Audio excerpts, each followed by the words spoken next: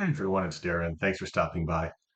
Today we're going to delve into a text parsing, a fairly simple text parsing exercise. What I have here is 10 randomly generated names and addresses. These aren't real people as far as I know. Uh, I'll show you in a future video how I actually generate the random addresses and things because it's something that is quite useful. Uh, but this is something that will happen to you a lot. Someone will send you a file and it's not in the format you need. They'll send you, you'll have first name, comma, last name, or first name space last name, but you need last name, comma, first name, or you need first name and last name in separate fields. Or they'll give you, like you have here with the full address, but what you actually needed is everything broken down in first name, last name, street address, city, state, zip. So I'm going to show you how to get to there today. And it can be pretty complicated, or there's some ways of making it a lot easier. And the way to simplify this the most, in my opinion, is to use intermediate columns. So instead of trying to build out a big, long, huge formula using mid to find everything in here, which can just get really ugly, especially if you have, I've worked with data files from GPS tracks that have, like 60 different columns. And if you're trying to parse that uh, with each data field in a single formula, it's just not possible. Uh, so we're going to use intermediate columns today to do this. And we're just going to break this down completely. I want a column for first name, a column for second name, for last name. I want a column for street address, a column for city, column for state, column for zip code. Uh, and all of our data here is pretty clean. I did that intentionally. So later we'll do a video with more complex data. But this data is all pretty clean. So let's get started. So first thing we're going to do, oh, and this is all going to be done with the left, right, and mid functions. Actually, we probably won't even use mid. Uh, there's links down in the description to a video giving full details on how to use those functions. So here we have first name. And first name I know is going to be at the left end of that string, right? So it's going to be equals left. And what's the text? The text is A2. And how many characters? That changes from name to name. Okay, so we have to use find. Oh, and there's a link to this in the description as well. Uh, so we're going to use find, and I want to find space within text A2. You have to close out that other parentheses. And Carter.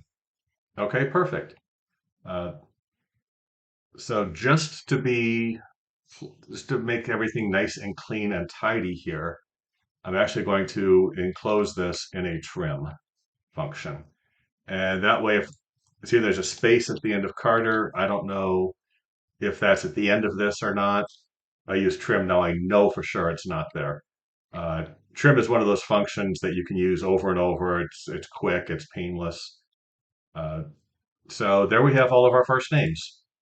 Okay, great. Now what we need to do is get the rest of it. So this is going to be an intermediate column.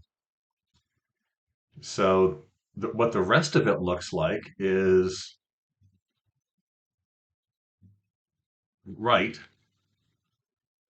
of A2. And how many characters? Well, it's the whole length of the thing minus the length of the thing we just found, right? So that's going to be len of um, A2 minus len of B2. I'll close that out. And there we have the rest of it. Okay. Now, just like before, you see I have a space here at the beginning of Murphy. Uh, so I'm just going to do trim again on here. And when I'm working with texts, I use trim all the time. It saves so many problems on the road. Okay, so now I need last name. So what is last name? Well, last name is going to be the left part of this up to the comma, right? Okay. So we can actually almost just copy this over, except that doesn't quite get it right because that's looking for a space, right? So let's change that to a comma. Okay. So this is finding Murphy with a comma at the end. So that tells me I'm actually going one too far. So what do I do to take care of one too far? Well, I just take one off of it. This one. Oh, sorry, wrong place. That's in the trim function. I need it in the left function. Okay, so there's Murphy. Um, so I'll just copy these down. Okay, so now I have everyone's last names here. I did trim so they're nice and clean. Okay, now let's just make this a little bigger so we can see it. Um, Now I need to take this piece here and take the last name out of it. So how do we do that? We do it exactly like we did here. So I'm just going to copy this over because we already did it. Why redo the work? That's intermediate 2.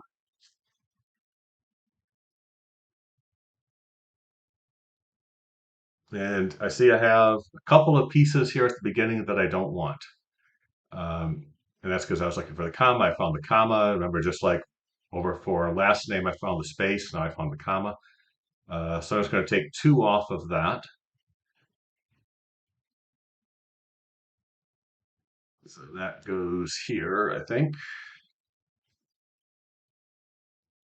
minus 2. Nope, doesn't go there. So that goes inside of that one, minus 2. And you see what it is you have to make sure that when you're adding or subtracting numbers to clean these up as you're going, uh, in this case, it needs to go on that parameter. So it goes on the length parameter here. Okay, so there's everything else. And I'll copy this down. Okay, so now I have this information here. And I'll just scroll over some more. And now what do I need to do? Now I need to read the first part of this.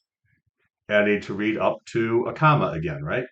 Hey, I've already got one that reads up to a comma. And it's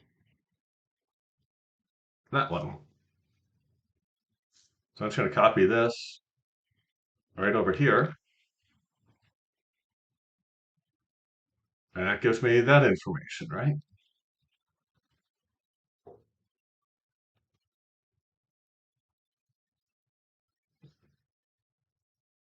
Okay, so I've got all of those done now. And now obviously we're just going to keep going. So we need to get rid of the street information up to the comma and the space. Guess what? I've already done that because the next thing is a comma. If the next thing were a space, I'd grab an earlier one, but this one's looking for a comma. So I'm going to just take this one and copy it right over here.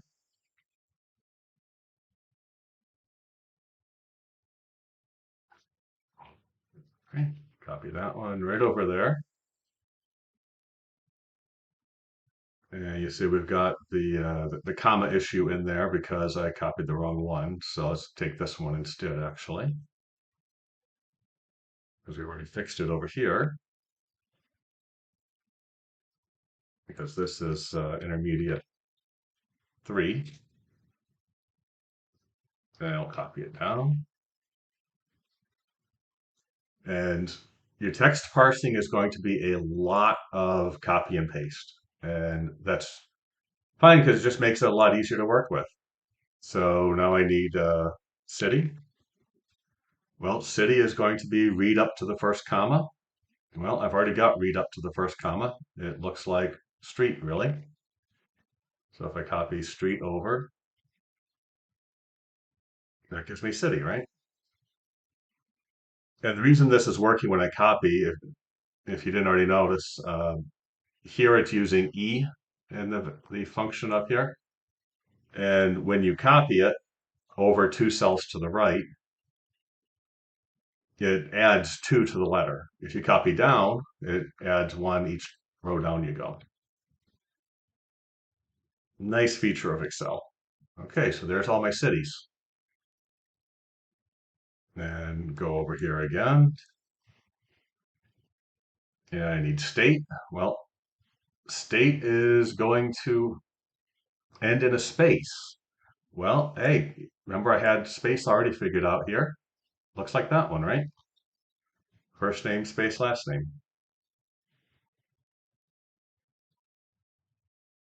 Oh, so you have to do this intermediate column here first. Intermediate 4, which is going to look like this one.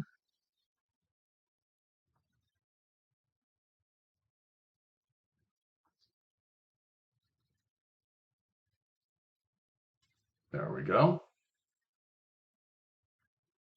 And now I need state. And state, like I said, goes to a space, not a comma. And that's just like first name, went to a space. So let's put that in here.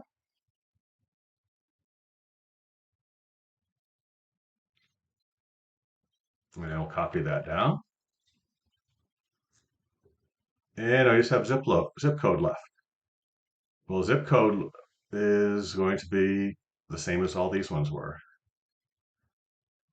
Actually, it should be the same as last name over here. Because this one I subtract one because it's a space instead of a comma space. That's the only difference, really.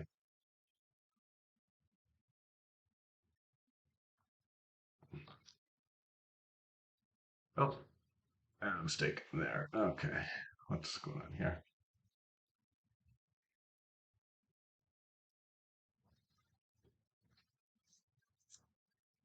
Okay, so we copied that and it missed one because, like I said, instead of comma space, we only have a space, so we only subtract one there, and that gives us a zip code.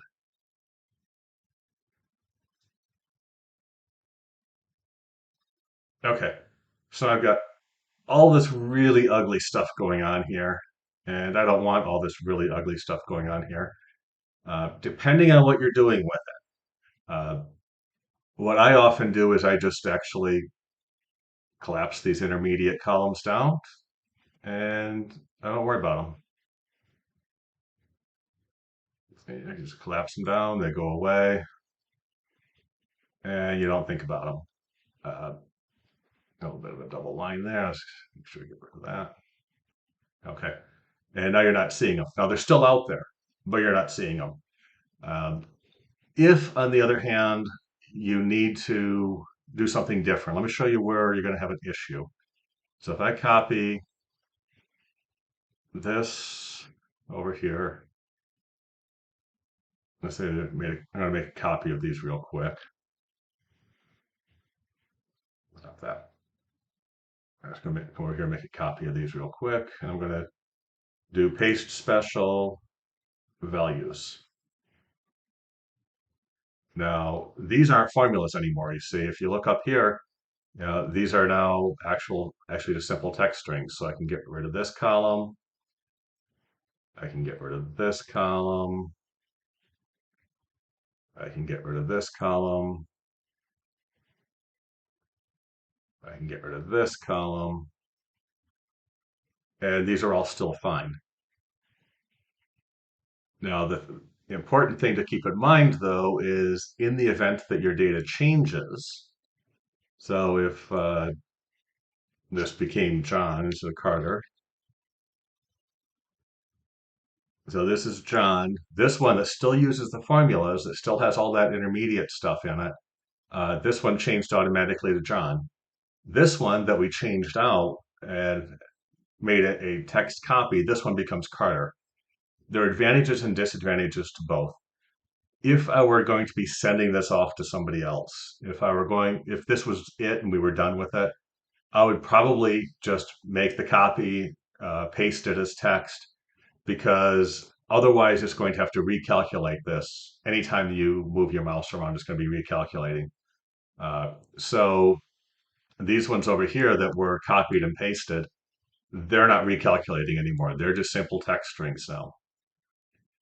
If, on the other hand, I were making this as a worksheet that I would paste data into every month when I get new reports or whatever, then I would definitely leave this as text, as formulas, excuse me, because then when I copy and paste into this row here, automatically all of this stuff automatically is taken care of. One other way that I've done it in the past actually is I will just reference these cells. So I'll make a separate worksheet and just reference these columns into that other worksheet. Uh, so let's come over here, make a new worksheet and do, equals B2, oh, sorry, equals sheet one, B2.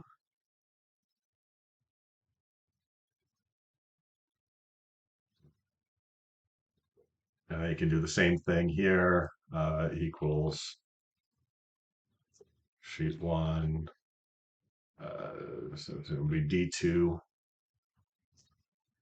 And if you don't recognize this addressing up here, sheet one down at the bottom is the sheet name. It's on the tab, exclamation point, and then the cell reference.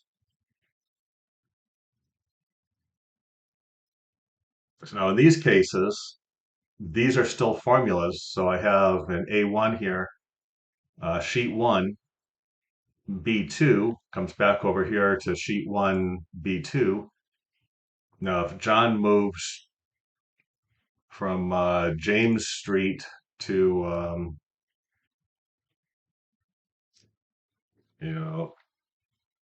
5060 Main Street. Oh, actually, I don't have that copied yet anyway. So if John changes his name again, and now he's Steve, it changes it here, and it also changes it here, but this tab doesn't have any of the formulas on it. It's just referencing the previous tab. So that's another way. Which one you use depends on who's getting the data. If I'm keeping the data and I'm not going to be using it again, I'll just copy it to text. If I'm handing it to somebody else, I will just give them probably just the text form of it. If we're going to be changing the data a lot, we want to stick to formulas. But if we're changing the data a lot, so if I give this to a manager in my company and they're going to be putting the data in every month, for example, and that's something that I've done a lot at a previous job is I will build these template sheets, and each week and each month they get automated reports sent out of the systems. They just copy the data, paste it into this sheet, and it just automatically propagates all their data through, does all their calculations for them, and gives them nice clean reports at the end. So there might be 10 sheets of data, and they just flip over to they paste the stuff into the first couple of sheets or whatever. They flip over to the last sheet, and that's the report they need with no calculation, with no work on their part. It works great. They love it. Um, so that's really all there is to the basic text parsing. This is kind of the most basic form of text parsing. Uh, there's more you can do with it. This data is very clean. Imagine, for example, that I had and two there, let's say that were Steve Murphy, comma MD. The extra comma, as you can guess, would mess up the data. And then if he lived at 5060 Main Street Northeast, so 5060 Main Street, comma NE, which some towns will address their stuff that way. That can add complexities. And there are ways of handling all that. It's just a little more complex, and that's video for another day.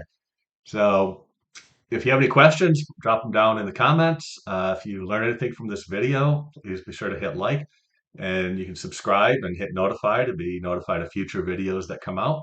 I also have a Patreon page. It's patreon.com/data analysis excellence. Thanks for stopping by and hope to see you again soon.